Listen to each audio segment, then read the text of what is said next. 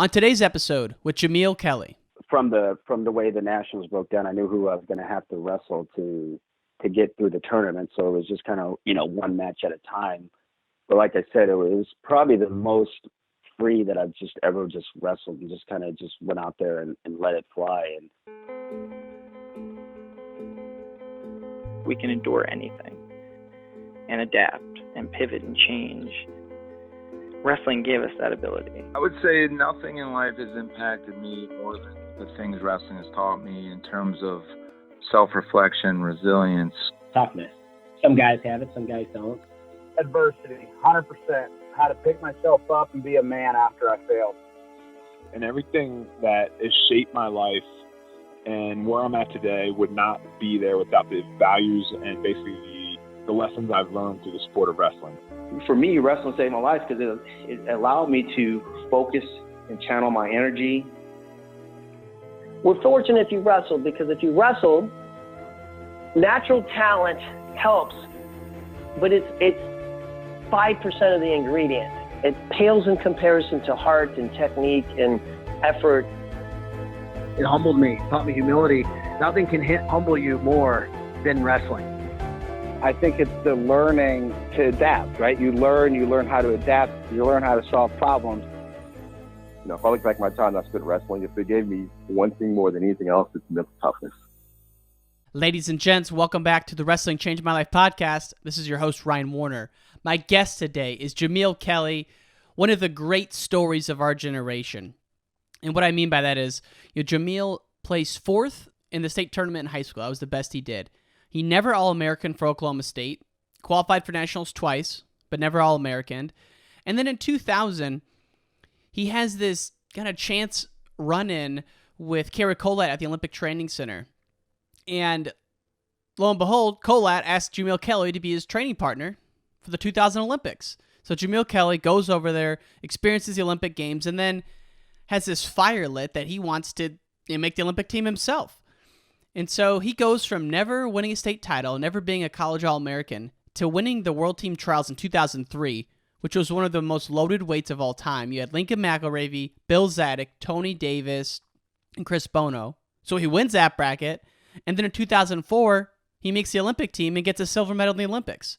So within 4 years, he went from having no Olympic aspirations to being an Olympic silver medalist. It's one of the great stories of all time. Love the conversation. Hope you do as well. Fan of the Week goes to Tuesday Tilts. That's at Tilts Tuesday on Twitter. Thank you for tuning in, and thank you for your support, my friend. Last but not least, this episode is brought to you by the Wrestling Changed My Life store. Go to store.wrestlingchangedmylife.com for t-shirts, hoodies, merch, coffee mugs, stickers, you name it, we got it. And as you can imagine, all proceeds go to support this fine podcast here. And that's it, folks. Let's give it up for Jamill Kelly. We are here with Jamill Kelly. Jamill, thanks for doing the podcast, man. I appreciate it. no problem. Thank you for having me. Now, I think a lot of people, at least a lot of people in the wrestling world, know your story that you never placed, higher than fourth in high school and, got involved with it late. But I would love to know, before you got involved with wrestling as a freshman, what was life like for you? And where'd you grow up? What was your family like? Siblings, that kind of thing. What's the origin story? Well, I grew up in Central California, a small town called Atwater. It was a military base called Castle Air Force Base. Is how I ended up there. And just a typical kind of blue-collar town. I competed in track, football, basketball, baseball growing up. And I actually had an older cousin that wrestled, and I had kind of seen it before, but it was something that I never, in my wildest dreams, thought that I would be doing for as long as I have. And so, how did it? From what I understand, you were a small kid. Was your family into athletics? Were they a sports family, or they just kind of let you do your own thing? Yeah, they just kind of supported me and let me do my own thing. I had some different cousins and such that like I said, competed in different sports, but nobody really on a high level that I had all these aspirations and dreams. I was just like a typical kid. I grew up wanting to be Michael Jordan and Barry Sanders. And because I was 4'11", 95 pounds my freshman year in high school, my basketball dreams were starting to starting to deteriorate. I was still holding out, I could be the next Spud Webb or something like that. But fortunately for me, one of my football coaches my freshman year was, also the wrestling coach. He was like, look, you need to go out for wrestling. It'll help you in football, with your size. Basketball's not in your future. And, come join the team with your cousin and so on and so forth. And I was a kid that always stayed active. I was always doing something. So the thought of that, I was like, all right, I'll give this wrestling thing a try. And, once I started it, I just fell in love with it. Were you good right away, or did you go through your lumps like the rest of us?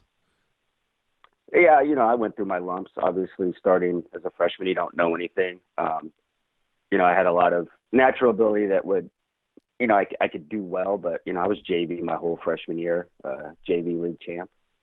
But Represent. I didn't come out of the gates just making varsity and going and placing at all these tournaments. I was just JV my freshman year. Went to a Cal State Bakersfield camp the summer of my freshman year, and once I started it, I really wanted to try to get as good as I could, as quick as I could. So I became just this, I became obsessed with just learning new techniques and trying new things and doing what I could do to advance and get better. And mind you, I'm old, so this is before the internet and being able to just get online and checking out new techniques and such. You only knew what you were exposed to. So I would try to learn from other people that I saw at different tournaments and so on and so forth, and then just try to go back and try new techniques on top of what I was already learning from my coaches. Yeah, I've heard you say that when you were at the training camp in 2000 in Colorado Springs, that was the first time you really got to watch Russians wrestle, which is kind of crazy to think about before the internet. That was just the reality. Right. I mean, you weren't exposed to that, that kind of stuff. And I had no reason to really, watch international guys wrestle. So that was just kind of like eye-opening to see all these different techniques and styles. And it really just was like, wow, this is great. And obviously it gave me an opportunity to learn some new things that I incorporated to my style of wrestling. So you were really kind of taking a systematic approach to it, studying different techniques and kind of figuring out your style.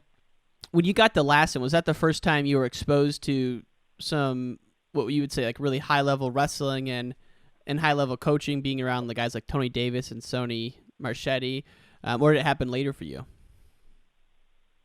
Yeah, I had great coaches in high school. They took me to all the tournaments throughout the state. It would sometimes just be me and my coach driving all the way driving down to Southern California, which is like 6-7 hours to wrestle in Cadet State and Cadet Greco State. And I wasn't from a powerhouse school, so I didn't have a lot of great partners per se.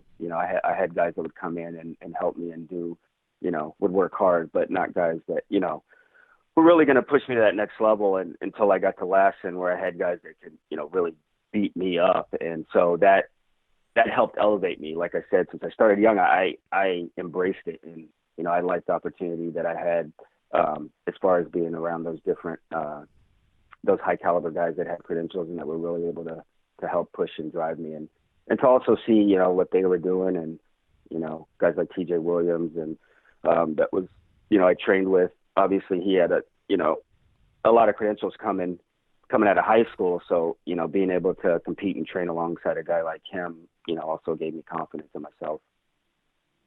Yeah, it takes a special person, though, to kind of have that mindset where you're open to learning from anyone and everyone. And one thing I was curious about was, before you got involved with wrestling, were you a kind of like an obsessive person? Like you got really into the thing you were doing, or was that like the first time you really got down the rabbit hole in something? I would say it is, in the sense of, wrestling, there's so many little small intricate parts to, having success as far as technique and doing the proper technique and skills and so on and so forth. I was pretty good in track when I was younger, and that's probably one of the things that helped me, when I look back at it, as far as training and mindset. So I was used to training hard and working hard, but track's track. You get on the track, you run as fast as you can, you know. And so there wasn't a whole lot of faking, I guess, involved. And the same, you know, with playing basketball, football, baseball, those other things. Obviously, you know, there are things, but at the same time, that gets to be team oriented. And as far as individual, being in an individual sport and being able to kind of nitpick and figure out things on your own, wrestling was the first time that I really was able to do that and embrace that. Well, and then you know, after Lassen, a lot of you guys transferred out. You know, TJ went to Iowa, obviously. Was Reggie Wright there as well, or did he go to another JC? Yeah, Reggie came right at the tail end of when I was leaving. I spent a short time with him. Sonny Marchetti was there when I was there. Paul Gomez, who went to Nebraska. Kelly Rebels that went to Eastern Illinois. Shelton Benjamin that went to Minnesota. And we had a couple of Russians that were on our team. It was just really exposing me to, like I said, just a lot of different styles, techniques, and partners that really helped elevate me. Well, and Lassen's unique because California has its own JUCO system, which I don't think a lot of people know about. And it's kind of unique because they run in the fall semester, like a football schedule. But Lassen's one of the holdouts. And so they have, you know, all these guys who, you know, I think a lot of them from the Midwest want to go just because of the weather. I mean, Northern California isn't Southern California, but, you know, there's that, and then there's the great coaching there and the great program. And so you guys all kind of dispersed to your D1 outlets. How did you end up at Oklahoma State? So just kind of like you mentioned, Lassen, we competed in NJCAA, and we had the opportunity to compete in a lot of different open tournaments. I competed in Midlands, and at the time, the St. Louis Open and the Northern Open. And when I competed in those tournaments, you know, I was knocking off some Division I guys, and it caught the eye of, you know, some Division I schools. So that gave me the opportunity to kind of show my skills and what I was capable of doing. And you know, Oklahoma State came knocking at my door, giving me a call. Coach Perry gave me a call, and John Smith was somebody who I kind of emulated a lot of my style. I bought How Low Can You Go, I think my sophomore year in high school, and I literally probably watched it over 1,000 times and figured out kind of how to do the low single myself. I would go over the motions in my living room. I would go to practice, try it, figure out a fault, go back, watch the film again, go back to practice, and you know, have an opportunity to be coached by him was just kind of like, I'm coming, you know. And then making my trip to Stillwater, going on a visit, I was just like, wow, this is amazing. This is a dream come true. Any good recruiting trip stories there? Like, who hosted you? Would you guys anything that jumps out there? Was it pretty standard? No, it was actually pretty awesome. It was during the World Cup. The World Cup was in Stillwater, and so when I came in, you know, I was getting to see all these international wrestlers that I had never seen before. So, you know, Iran was there and all their fans, and, you know, obviously the Russian team, and just seeing those guys work out and train. It was just kind of mind blowing, just being able to see that level of wrestling and, you know, being like, wow, I could be a part of that. This is the kind of stuff that happens at a school like this. And Hardell Moore was my coach, and to this day, one of my best coach. He was my host, and one of my best friends to this day. That just, you know, kind of really showed me around, made me feel comfortable, and you know, really kind of solidified my choice in going there. And I had also been familiar with Eric Guerrero, who I had been on junior national teams and cadet teams in California, as well as Mark Munoz. So there was some familiarity there. Yeah, the state of California was loaded at that time. Adam Terapelli had left a little bit earlier. And maybe, actually, he was the same age as Guerrero. Stephen Abbas, Mark Munoz. I mean, unbelievable. Like, I'm rattling off some of the best names in college wrestling, you know, between Abbas and Guerrero. And they were, you know, all coming up at the same time. And so you get to Oklahoma State, you have Guerrero there. Obviously, not the national championship teams yet, but that was coming later. And so you crack in the lineup as a sophomore, qualify for the nationals. And then, you know, one thing I was surprised to see is that I couldn't tell if you were battling at 133 or 141 your junior year, and kind of who that competition was between, because I guess you didn't start your junior year. Is that right? Or was there an injury that kind of happened in there? No, I had lost the starting spot to Charles Walker. I was competing at 141. We had kind of split time through my junior year. We had a wrestle off right before the conference tournament, and he beat me, and it was kind of one of those like moments, like I was like, I'm not good enough. I don't know what I want to do. I'm starting to try to point blame at the coaches and everybody else, and it was just a real tough time as far as my wrestling career, figuring out what I wanted to do and how I was gonna stay in the sport and try to just continue to evolve and get better, and not feel like maybe I bit off more than I could chew, and maybe I'm not able to compete at this level, and maybe I shouldn't be here. I started to question myself a lot during that time. So it was a rough time.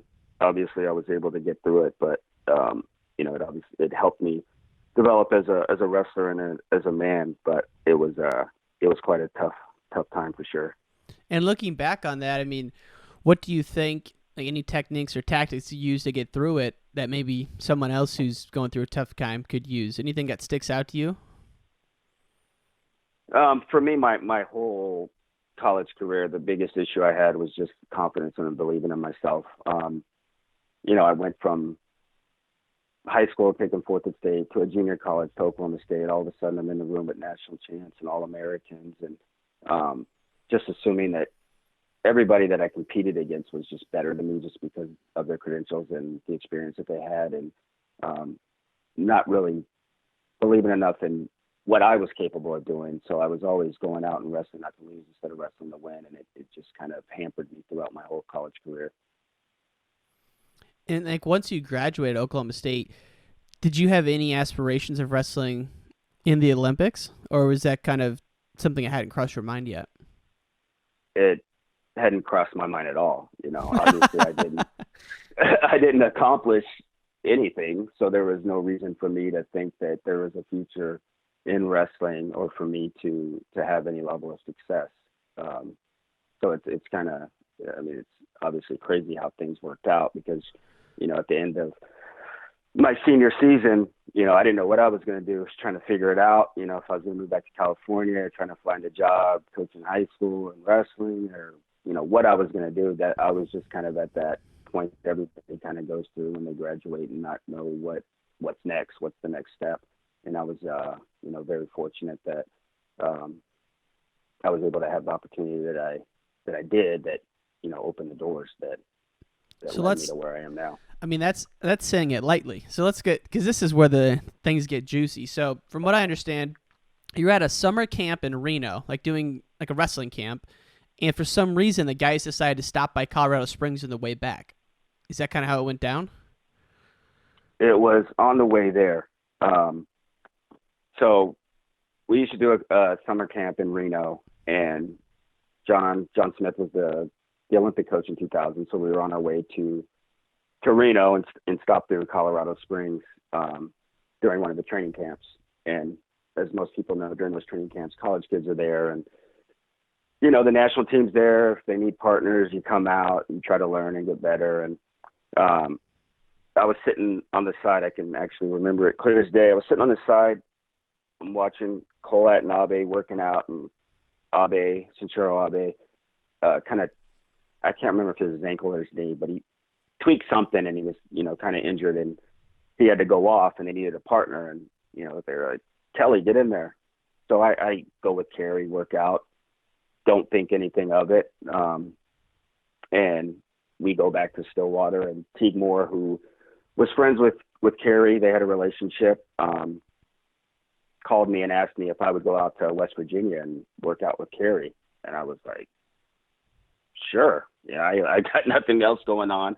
I had obviously known who Kerry Kolat was and the caliber of wrestler he was. So once that got finalized, I go out, put on my shoes, start running, trying to get in shape. So I'm like, oh man, I got to work out with Kerry. I got to work out with Kerry Kolat. This is gonna be crazy. How did the go in Colorado when you guys first wrestled? Like, was it close or? I honestly don't remember. I know it went well. Sometimes you just work out with people and you kind of click as far as it just flows well as far as the drilling and the wrestling. We give each other a good feel. And I don't even remember how long we went. I didn't even, like I said, I didn't even think anything of it. So when Teague called me about going out to work out with him, I was just kind of like, wow, that's kind of out of nowhere, but obviously jumped at the opportunity.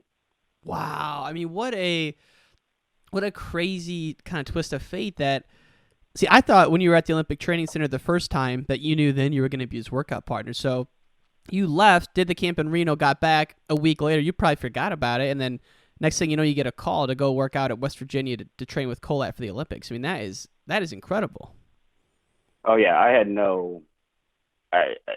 it was completely out of nowhere, as far as Teague calling me and asking me to go out. It wasn't like, Carrie and I were hanging out in the cafeteria and in the dorms at the training center and we became best friends. It was kind of out of nowhere. So that was part of this, the scary part too, is I'm going to West Virginia to work out with this guy and I don't know him. I don't know him at all. I know of him, but I don't know him. Dude, and just let the people know, if they don't know already, how intense was this guy when he was working out, when he was training? I mean, just, focused, obviously very hardworking, wanting to perfect everything that he did and just always trying to push himself to the limit to become the best wrestler that he could be. So that was in itself just me learning how somebody at that level trains, obviously was instrumental in me becoming,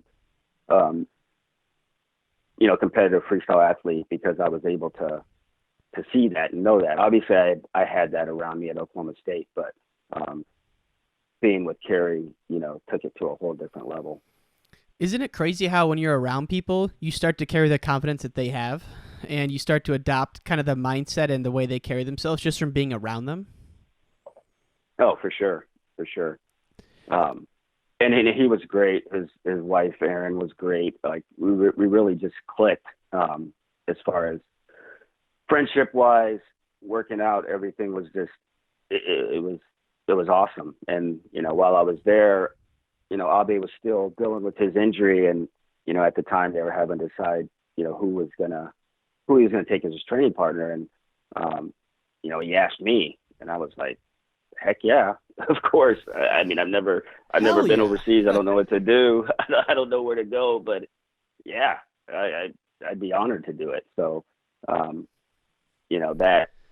that twist of fate, was just, one of the biggest blessings of my life. Unbelievable. And so take the folks in, though, including me, because I have no idea. I mean, I know of Kerry Kolat, of course, high school phenom, and some of the really weird things that happened to him at the world level championships. But I don't know him at all, though. It's like, what was a workout like? Like, would you go an hour straight? Would you go 5 minutes of takedowns? What was it? What was the experience like actually training and working out with him?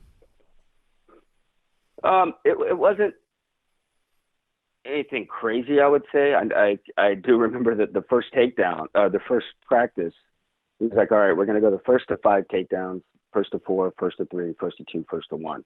And in my mind, I'm like, that's a lot of wrestling. With two high level good guys, that's, it takes a while to get to that point. So I was like, I don't know if he doesn't think I'm that good and it'll be quick, or if he just, that's just how he trains all the time. But I was just up for, I was a young kid, like, hey, all right, whatever you need me to do. And, we usually come in and drill or weightlift or run in the morning and then wrestle in the afternoon. And I would say it was intense, but it wasn't like it was a good intensity. Like, when you went in there, it was focused, let's go to work. It wasn't like I was scared or, he was just like, right, so intense that it was uncomfortable. It was a comfortable, focused type training atmosphere and workouts. We didn't do anything over the top crazy that I would say. I do remember we did this bike workout. We had some heart monitors on, and we had to get our heart rate up to a certain level and keep it there. And that was pretty intense. But other than that, the wrestling and so on and so forth was nothing too crazy, I would say. And so at this time, are you kind of talking to John Smith saying, hey, this opportunity's kind of presented itself. Maybe I might go another quad, or has that not even been brought up yet? No, that had not even been brought up yet. Okay. I go back and I'm like, hey, Terry asked me to be his training partner. And he's like, yeah, that's awesome. And there's still, there were still training camps to be had before we went to Sydney. So, I went to the training camps and with him being the coach, he kind of saw how I was working out, how I was doing with those guys. And, I think that started to, maybe in his mind, this is me assuming, I don't know. I've never really asked him, but saying, oh, maybe, this freestyle thing might be all right for Kelly. One of the things that stick out for me is, like I said, I was one of the young guys, and you had Sammy Henson, Terry Brands, Terry Kolat, Lincoln McIlravy, who were the lower weights on the team. And I was just like, when Jamill, get in there, I'm going with anybody, everybody. I don't care. I'm just enjoying it, being around all those guys and having the opportunity. And I wrestled Terry Brands in a match, and he's beaten me. And there's probably 15 seconds left, and he's up by 2 points. And I double leg him right into a leg lace. So I got 1 and 2, and I ended up beating him in the match. And so what was in his my reaction? mind, that was,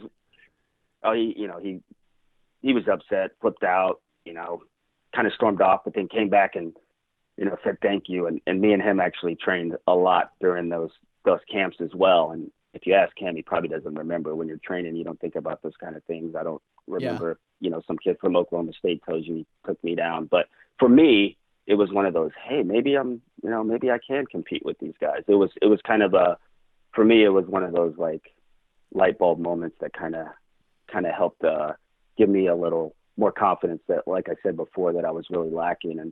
And so just going through those training camps gave me the opportunity to wrestle those guys and just feel comfortable. I was just a lot more comfortable in freestyle. Obviously, I was in a situation where I wasn't competing, so I was just wrestling. So there was no anxiety or stress that I struggled with in college. So that was one of the things that really helped kind of get me to the next level as far as confidence. And like I said, with Coach Smith being there and being able to observe it, I think giving him confidence that, maybe we can let this kid stick around, and maybe he does have a future in freestyle. Because back then, did you have to apply to be a part of the Gator Club? Because there's only so much money to go around. How did all that work? So once you got back from the Olympics, obviously it must have been an incredible experience, life-changing moment to be at the Olympics. But then, when you got back, the momentum must have been incredible. I mean, did you have to apply to be I guess I don't know how that works when there's limited funds or something like that. So when I got back, I was like, Coach, I want to stick around. I want to continue to, try freestyle after going to Sydney and just going through that whole experience. I was like, I want to give this a try. And, I like I said, I didn't accomplish anything. It wasn't like I could ask him to start paying me, a stipend or anything like that. So I was actually the equipment manager for Oklahoma State that year after I graduated. So, I'm working out, but, I'm the guy doing laundry, getting their warm-ups, doing all that kind of stuff. And that year, as I continued to start going over, overseas and being able to compete, and then I ended up taking third at the U.S. Open and then making the national team, finishing third. And that's when things kind of changed, and the Gator Club picked me up. Gator Club had just started while I was at Oklahoma State through James Ravenak and Daniel Cormier's relationship. When Daniel Cormier, decided to come to Oklahoma State, that's how that kind of all developed, and kind of used the Oklahoma State athletes as the base to start the Gator Wrestling Club. So I was part of that kind of original crew with me, Teague Moore, Eric Guerrero, Daniel Cormier. That's kind of how it all began.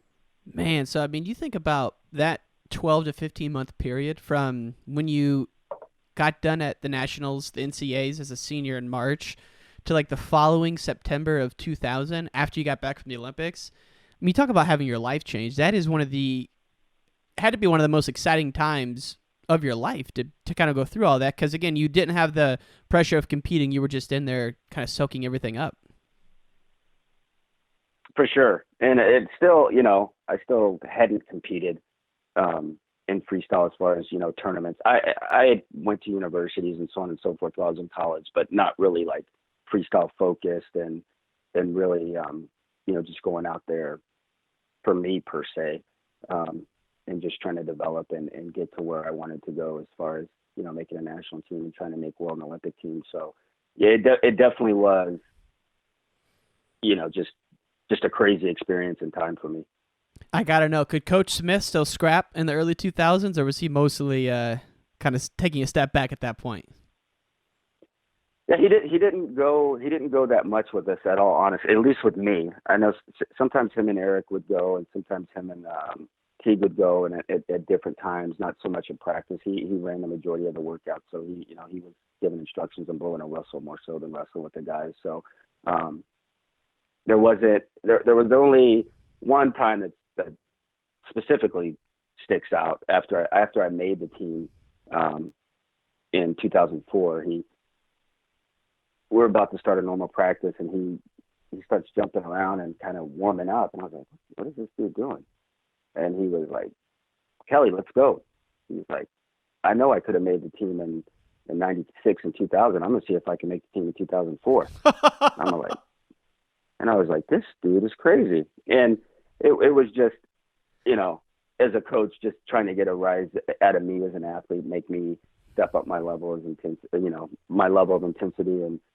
and go out there and we wrestled. And he's obviously, older, out of shape, not training. But that was one of the times that he kind of stepped up and stepped on the line, tried to take me out. Man, so he's like, I could have made it in 96 and 2000. I want to see if I can still make it now. Yeah. And, he said it jokingly. That wasn't like a shot at Tom Brands or Terry Kolat, but it was just kind of a, just poking fun. And like I said, it made me, it did. I was like, this SOB is crazy. Like, he actually thinks he's going to beat me right now. Now, before we get to that point of making the team, this 4-year window is really fascinating to me because you were just totally focused on one thing, and you had some really great training partners around you. You mentioned Teague Moore, and then obviously Guerrero and Cormier also made the Olympic team. When did you start your friendship with DC? From his recruiting trip. I was one of his hosts along with Reggie Wright, and he went the junior college route like I did, and came in, and we became friends pretty instantly, and obviously still friends to this day. So that was kind of just a natural friendship that occurred, and obviously helped.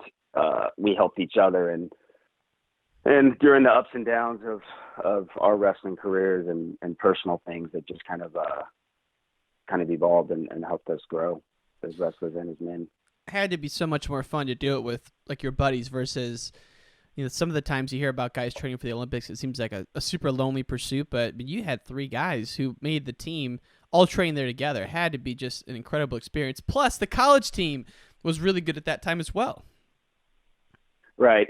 There was never a lack of motivation. There was never, every time you came in that room that you got young guys like Esposito at the time trying to take me out every single day. And, obviously had Guerrero in there. So you knew every time you stepped in there and laced up the shoes that somebody was going to come and try to take you out. So you were always focused and came in there to get better and having those guys around, training for a common goal as far as, the post college guys and then the college guys, trying to strive to win NCAA titles as individuals and team. It just made for a great atmosphere as far as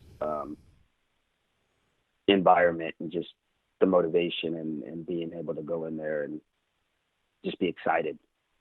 Absolutely. And then, all that's kind of going at the same time. It's meshing together. And then, 2001, 2002, you get third at the World Team, third at the World Team Trials in 2001, third again in 2002, which kind of a weird wrestle-off situation. So you're, making incredible strides. And then you get to 2003, they had a weight class change, and you had to go up in a weight. And so all these other guys are dropping down. And so now your weight class is one of the most loaded that I can remember. Maybe some of the weight classes this year stack up against it, but you had Lincoln McIlravy, Tony Davis, Chris Bono, Bill Zadick, all at the same weight class. And at the Nationals in 2003, you got fifth. And so that had to be kind of one of those self-reflecting moments where, I don't know, and you could tell me I'm wrong, but maybe the doubt starts creeping in again, or maybe some of the negativity starts creeping in. Did that happen after that Nationals in 2003? Oh, 100%. I was a 41 wrestling, 66 kilo at the time. So that was 63 kilo at the time. So that was kind of a good weight class for me. I wasn't big, but it was a good size for me as far as, physically being able to wrestle with that and feeling confident wise. And, when they combined the weight classes and made it 145, I was really small for the weight. So having those guys coming down that were bigger and accomplished, and, it started, maybe I'm not, maybe 2004 is not the right time. Maybe 2008, I need to get bigger. I started questioning myself, and that kind of led to my performance in 2003. Although, I lost to Tony Davis and Lincoln McIlravy at the Nationals. It wasn't like I lost to, a bunch of nobodies, but I definitely went in there mentally, starting to kind of revert back to the things that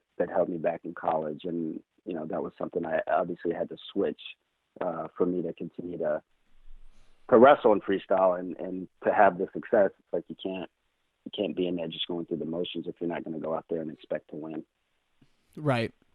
No, obviously I think that's, most people don't realize that till way later in their career when it's all, it's too late and gone. But, you were having some of these thoughts while you were still at it. Did Coach Smith ever have any kind of heart-to-hearts or any conversations with you about that after the 2003 Nationals, or was he kind of let you figure it out on your own type of deal? No, we talked about it, and he was, he's to this day, he's pretty straightforward and doesn't try to sugarcoat anything. And, basically like, hey, if you're going to do this, you got to go out there and expect to win. Go out there and give your best, and not go out there just trying to survive and just trying to get by. You got to have confidence in yourself and your abilities, and go out there and compete. And that was something I just had to kind of do some self-reflection myself and look in the mirror and be like, hey, you got to get tough. That was something he used to always say. I just had to man up and control the controllables, which is, one of the things I started focusing on was, okay, these guys are going to be bigger and stronger. I'm hitting the weight room more than I was before, but where I could maybe gain advantage was, being able to really work on the technical aspects. And some of these guys, were having to concentrate a lot on their weight control and getting weight down. That was something I really didn't have to do much of. So I could concentrate a lot more on the technical aspects of it, and really trying to put myself in the best position, strategically and tactically to go out there and have success. Yeah, dude, how much was McIlravy cutting to get to 145 that late in his career? Oh, he was big. When I wrestled him at the U.S. Open, and that was one of the ones I was just, him and Tony both, I was just like, wow, I don't even feel like I can do anything with these guys. Like, they're just so, big. I'm not being able to move them or get to certain positions that I feel comfortable in. And, those are the kind of things that I was struggling with mentally, and had to adapt and change the focus and tactics the next time around when I wrestled them. So I'm sure you, like you said, you hit the gym, you're maybe put on a few extra pounds of muscle, but I got to think most of the change that happened in 2003 between the Nationals and the World Team Trials happened in your mind. So were you starting to get into visualization, or, and the listeners are probably annoyed because I ask this question all the time, but I just love understanding if people are big visualizers and what they thought about and that kind of thing. Were you starting to get into this at this point? Yeah, it really was. I started to read a lot of I read Shin Tzu, like The Art of War, and a lot of Bruce Lee kind of books and mindset things that he had. And obviously, that's one of the things about Bruce Lee, right? He was always taking down these bigger and tougher people, and how his mindset was, and what he was thinking when he went out there and did what he did. And so I tried to take a little bit of those things and try to incorporate it into my mindset, how I trained and how I tactically went about things. And it gave me a little bit more kind of confidence and ease in my mind that, if I go out there and wrestle the way I'm capable of doing that, I can have success. Yeah, I mean, it has to make a difference. And it's funny you say that. Whenever I have something I get nervous for it, I think of that Bruce Lee quote, like water. So like it just has a kind of soothing effect on you, You think about someone who's so zen like that. And so going into the trials in 2003, before it happened, there was really an unspeakable tragedy happened. DC, I think everyone knows, DC lost his daughter in a car crash. Horrific. You were being his best friend. Did that play on you? Did that put a chip on your shoulder at all going into that trials, knowing that he wasn't going to be there with you and you guys were like best friends? Yeah, 100%. I was with him when he got the phone call. So we were at his apartment. I think it was 2 weeks out, and it was kind of we were having like a little barbecue kind of get together, and it's me, Muhammad the Wall, and Daniel, and a couple other people, and he got the word of what happened, and gosh, how old was I at the time? 24, 23, 24. And so I had never dealt with anything like this. Like, you see your friend just being crushed with the worst, one of the worst things that can happen to somebody, and not knowing exactly how to comfort them or what to do, and just kind of putting things in perspective as far as, embracing the time that you have and going out and, when you have opportunities to do things, making the most of it, because tomorrow's not promised to you. And so it gave me a little bit more focus, I guess, going into those next couple of weeks and going into that tournament. I was thinking about him a lot and just what he was going through. And, he was actually still like, texting me and calling me and, telling me I can do it. And, it kind of, for me, I was like, wow, this guy's going through what he's going through, and he's still, checking in on me and the other guys. And I was like, man, I just need to just go out there and wrestle, just embrace this opportunity and just go out there and compete. And it kind of freed my mind a little bit in the nervousness, because I was just, like I said, I was thinking more of just the opportunity and being blessed with the opportunity and taking advantage of the opportunity, versus being scared about the opportunity and what was ahead of me. And so it kind of freed my mind and let me just go out there and wrestle. Yeah, just really let it rip. And that's what you see when you watch those matches. It's incredible, though, that DC was still kind of helping with you and working with you, even though, he just lost his, baby daughter. That's just horrific to think about.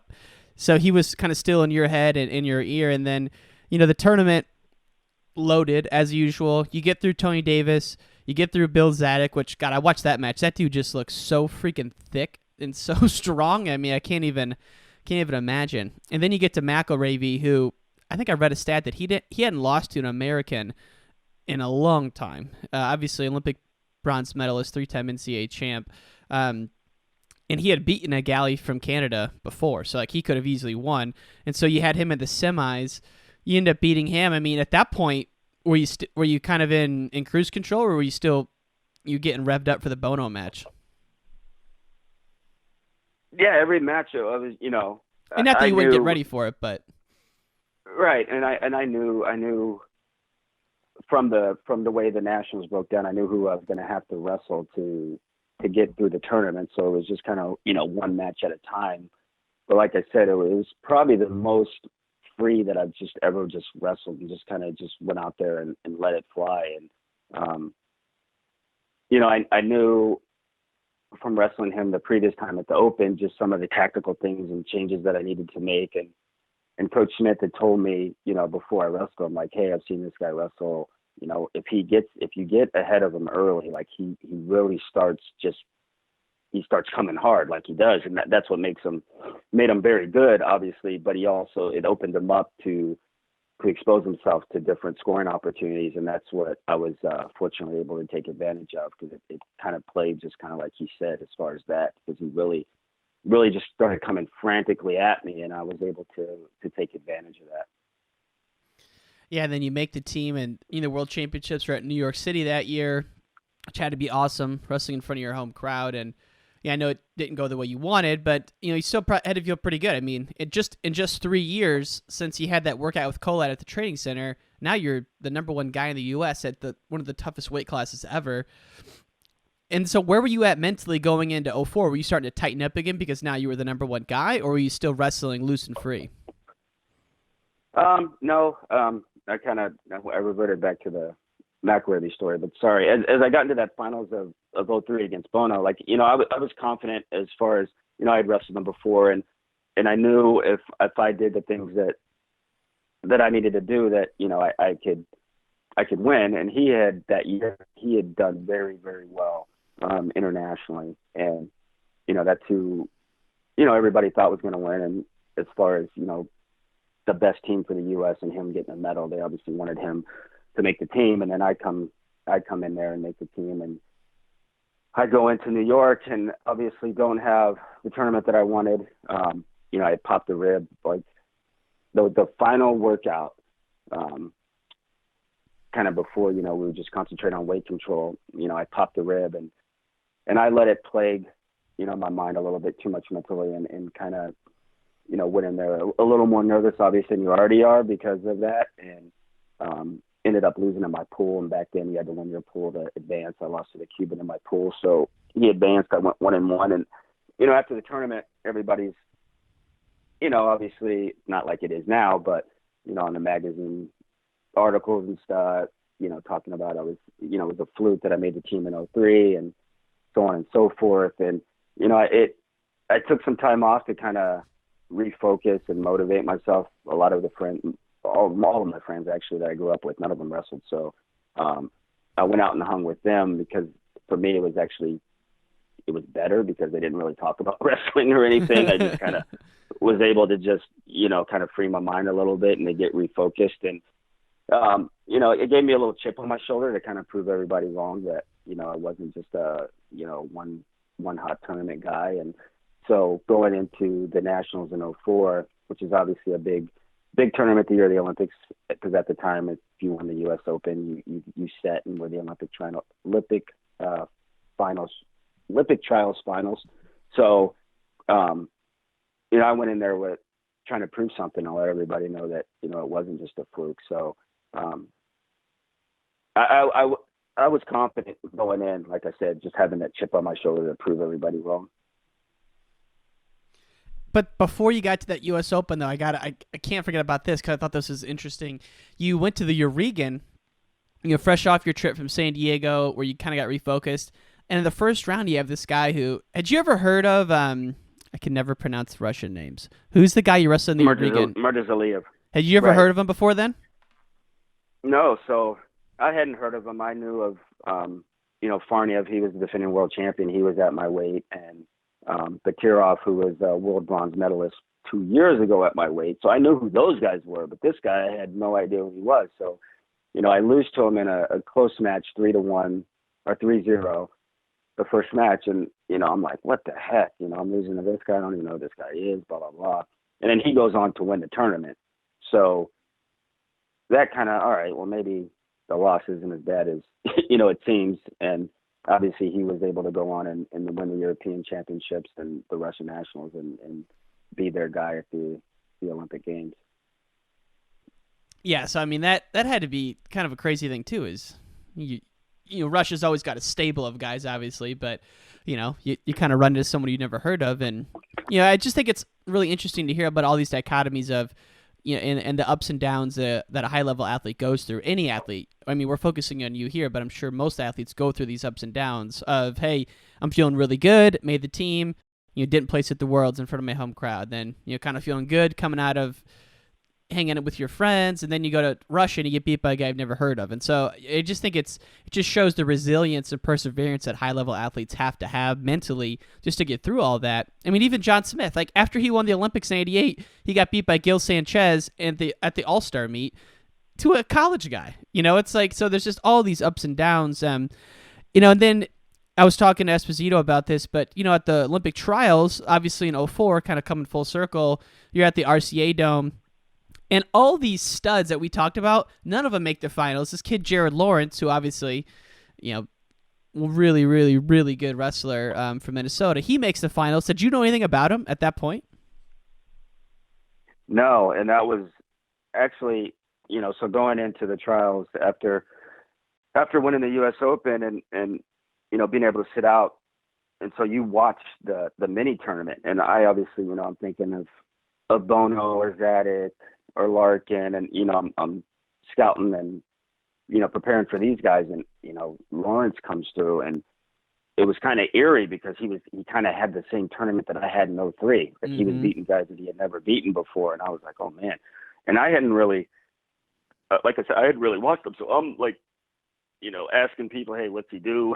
How's he do this? This and that and the other thing, because I really didn't know a whole lot about him, and it was a lot more nerve-wracking in that situation, because I'm sure for him, he was going out there and letting it fly, because not to say he didn't expect to be there, but he was a little less pressure, I assume, on him than myself, and so it was almost tougher mentally because I wasn't prepared for him versus if it was, like I said, Bono or Zadick or one of those guys that I already competed with or expected to compete against. Well, and then you, against all odds, drop a match to him. And so now and I remember this because going into there's only a couple matches that went 3. Kale and Lee Fullhart went 3. You went 3. And obviously the big Greco match beforehand where they literally just wrestled for 18 minutes. And from what I hear, like, you were the next match out. So, like, everyone has a routine, maybe 10 minutes out, you put this song on, you start doing this warm-up, whatever, kind of get in your groove. This freaking Greco match between Paulson and, was it Hall? Dennis Hall? Yep. It went Dennis Hall. 18 or whatever minutes. I'll never forget it. I mean, they got to the end of the overtime, and the ref just kept waving his hand. They're just going to keep going until they scored. And the announcer of the arena was just kind of telling the crowd, but as well as the wrestlers, this thing is going until one of you score, which was probably the right way to do it. But so, like, God, that had to mess with you a little bit, because you think you're going to wrestle in 10 minutes. Next thing you know, it's 30 minutes later, and you're back there with Esposito and Coach Smith. I mean, did that plague you at all, or were you just laser focused at that point? Oh, no, it plagued me a lot. I dropped the second match, and Daniel and Eric won. So they're on the Olympic team. They're happy. They're all excited. And I'm like, crap. Like, I'm the one that didn't make it. And I'm like, they're excited, and I'm looking at them, but then I still have to wrestle, and I'm just over there, like, trying to keep myself together. And then we get on deck for that match, and we get in the staging area, and then it's just going and going, and just trying to keep myself composed and calm, not knowing when that match was going to end and when we were going to step out there. And obviously I'm sure Lawrence was going through those same emotions, but it was, I'd be hard pressed to find 2 individuals, meaning me and Lawrence, that were in a more stressful situation, being on deck, going out there to wrestle for the Olympic team and having that match go before you. And also, we're seeing that match too. So we're seeing all the emotional roller coaster that match was tough. It was tough. I will have to admit, it was very, very tough. Man, that's just crazy to think about. Like, even now, I mean, obviously they don't have those kind of overtime rules, but then I know we're winding down here, and I actually do have to jump in a few minutes, but I just think this one part's really cool. So you make the team. Within 4 years, you had made just incredible strides, both mentally, physically, and technically, and then you get to the Olympics. Pretty good pool. You win your pool, but then you're back against this Russian cat who you wrestled in 04 at the Oregon. Was it 03? It was 04 at the Oregon. Yeah. So now you wrestle this guy, and anytime you got to go through someone from Dagestan, at a big event. It's going to be on the line. How were you? Like, where were you at mentally going into that match in the Olympic semis? I was a lot more confident. I was one of those people. If I wrestled you once, I could tactically and strategically kind of figure it out and put myself in a better position to win and kind of not make the same mistakes. And it was the biggest blessing that I wrestled him before, because I knew some of the things he did and the tendencies he's had. So I was able to, stay calm and put myself, in a position to win. And he was still, I mean, obviously I lost in the finals to Dia, but Murder Zaliyev was he was so good position wise, and just the things that he did. I didn't get a takedown in the match. I was able to expose him in overtime, but like trying to crack the code of being able to get to a scoring position was just so hard. So just trying to figure out like how I'm going to score on this guy, whether it be from the clinch, whether it be from whatever, just trying to figure that out was tough. But as far as knowing that I could go out there and compete and beat him, because I knew I can shut down some of the stuff he did, I was a lot more confident having wrestled him before. Yeah, I mean, that has to make a world of difference. And then ultimately you get second, lose to one of the best ever, who was wrestling for Ukraine at the time, but obviously still from that Chechnya region, so it's all pretty much the same. Could have easily wrestled, I'm sure, for the Soviet Union back in the day, but he was with Ukraine, and 3-time world champ, Olympic bronze, Olympic champ, one of the best. So obviously you weren't happy with silver, but no wrestlers, but I'm sure it had to be pretty fulfilling to get there. And I think just the last question as we wind this down is, if you look back on this kind of crazy journey you've been on, and now obviously you're the coach at Arizona State, you've been a Division I level coach for quite some time, you've made a career out of wrestling, but how did wrestling change your life, or what impact did it make on you? If you can, obviously, if you can summarize it. It's been the biggest blessing in my life. Obviously, I wouldn't be where I am now if it wasn't for wrestling, if it wasn't for my high school coach pushing me to wrestle, if it wasn't for the people, I guess having the right people in my life at the right time. Through the ups and downs, I've always been fortunate enough to have people around me that were able to allow me and put me in a position to continue to succeed. Does all this happen if I don't go to Oklahoma State? Does all this happen if John Smith wasn't the Olympic coach in 2000? Does all this happen if Kerry Kolat doesn't take me to Sydney as his training partner? All those different things I can go back and kind of try to pinpoint and look at, and it's just blessed. That's kind of crazy. I could say is I've just been blessed. Yeah. Wow. It really is. Unbelievable. And now you're making a career out of wrestling, and I'm glad we have time for this, because I have to ask this one question. So when you were at Stanford, you were right next to AKA and your good friend DC, and you trained with some of those guys. Could Khabib get a takedown on Yanni, Burroughs, any of those guys? Could Khabib get a takedown in straight up freestyle wrestling on any of the top guys? Oh, that's a tough question. He's honestly really, really good. We used to take Boris at the time. I would take him over to AKA and some of our college guys, and he's really, really good. How tough is he too, man?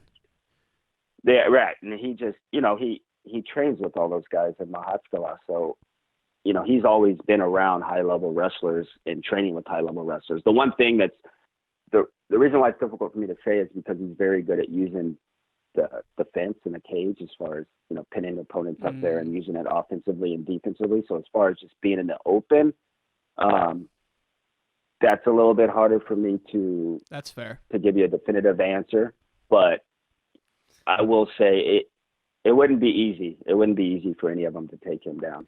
And his defense is very, very good. I just wanted to get a sense of if he was because everyone says he's a wrestler, but to me, he's more of a sambo guy. I don't think he ever even wrestled like cadet freestyle in Dagestan. Maybe he did, but I always just wonder how good of a wrestler he is.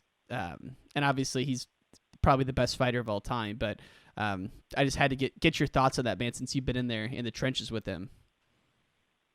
Yeah, he's really good. And like I said, the mindset and work ethic that those guys have down there, and just how it's ingrained in them and how they were raised, they just know how to compete and know how to just, They're just tough, try dude. just try to figure out ways to get takedowns and a lot of tricks and tactics.